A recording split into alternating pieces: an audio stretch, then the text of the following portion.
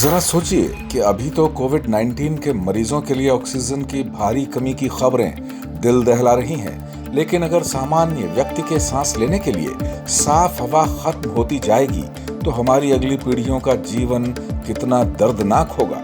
अभी हम जिस रफ्तार से पर्यावरण के साथ छेड़छाड़ कर रहे हैं, हरियाली नष्ट कर रहे हैं, औद्योगिक गतिविधियों में असावधानियां बरत रहे हैं, उससे तो लगता है कि 3-4 पीढ़ियों के बाद जीवन की डोर के पास उड़ने के लिए साफ हवा कम पड़ेगी।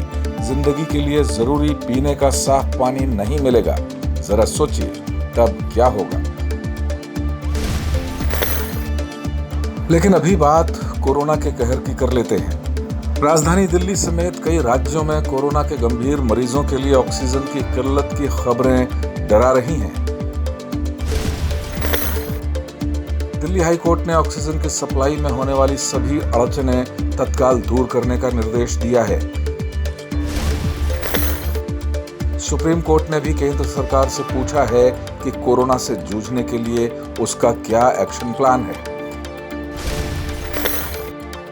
दिल्ली के साथ ही राजस्थान सरकार ने भी केंद्र से ऑक्सीजन की सप्लाई बढ़ाने का अनुरोध किया है। सवाल है कि क्या हर राज्य सरकार केंद्र से ऑक्सीजन और ज्यादा देने की मांग कर अपने कर्तव्य की इतिश्री कर लेगा? केंद्र सरकार भी आपकी नाकामी से पैदा हो रहे हालात से निपटने के लिए असीमित संसाधन कहां से लाएगी? हेल्थ यानी स्वास्थ्य राज्यों का विषय भी है। कोरोना की पहली लहर के बाद राज्य सरकारें क्यों चैन की बंसी बजाने लगी थी? दिल्ली का ही उदाहरण लें तो कोरोना से सावधान करने के लिए मुख्यमंत्री अरविंद केजरीवाल के बड़े बड़े विज्ञापन लगातार मीडिया में प्रसारित हो रहे हैं। क्या वे बहुत बड़े चिकित्सा विज्ञानी हैं जो ऐसा कर रहे हैं? विज्ञापन पर हो रहे अरबों करोड़ों रुपए से ऑक्सीजन उत्पादन के साधन क्यों नहीं स्थापित किए गए? यही सवाल यूपी और छत्तीसगढ़ समेत ऐसा करने वाली तमाम राज्य सरकारों से पूछा जाना चाहिए। चलिए अब जान लेते हैं कि देश के राज्यों में ऑक्सीजन उत्पादन की क्षमता हाल तक कितनी थी।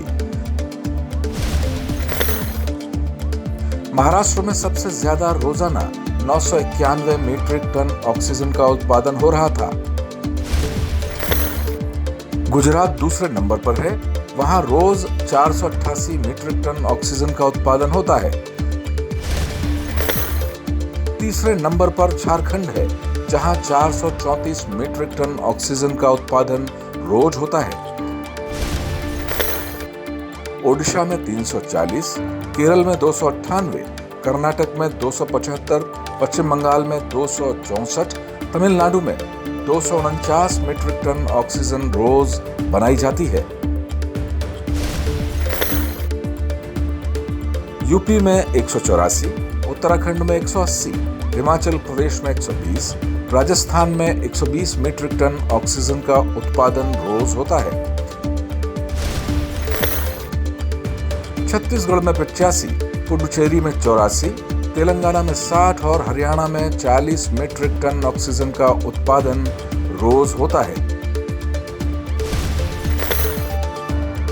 अब यह भी जान लीजिए कि महाराष्ट्र, झारखंड, ओडिशा, केरल, पश्चिम बंगाल, राजस्थान, छत्तीसगढ़ और तेलंगाना में गैर बीजेपी सरकारें हैं। इन 8 राज्यों में रोज कुल 2592 मीट्रिक टन ऑक्सीजन का उत्पादन होता है। आंकड़ों के हिसाब से बीजेपी शासित राज्यों में ऑक्सीजन के रोज उत्पादन का आंकड़ा 1620 मीट्रिक टन ही है। सवाल यह है कि ऑक्सीजन जैसे जीवनदायी तत्व के मामले में क्या गैर बीजेपी राज्यों के बीच कोई तालमेल नहीं है? बीजेपी शासित राज्यों में ऑक्सीजन की किल्लत पर हाहाकार क्यों नहीं हो रहा है? साफ है कि इस बात में कोई शक नहीं है कि ऑक्सीजन की कमी तो है, लेकिन इस पर राजनीति ज्यादा हो रही है, हाय तौबा ज्यादा मचाई जा रही है। ये भी सही है कि जागरूकता की कमी की वजह से बहुत से संपन्न लोगों ने ऑक्सीजन के सिलेंडर और आवश्यक दवाओं की जमाखोरी घरों पर करना शुरू कर दिया है। स्वास्थ्य सेवाओं से जुड़े लोग भी जमाखोरी कर रहे हैं। दवाएं बहुत महंगे दामों पर बेची जा रही हैं। परेशान लोगों से एम्बुलेंस वाले बहुत ज्यादा किराया वसूल रहे हैं। ऐसे सभी लोग सामान्य अपराधी नहीं, इंसानियत के दुश्मन हैं। इन्हें सबक सिखाने के लिए सरकारों से राजनीति की नहीं, सख्ती की दरकार है।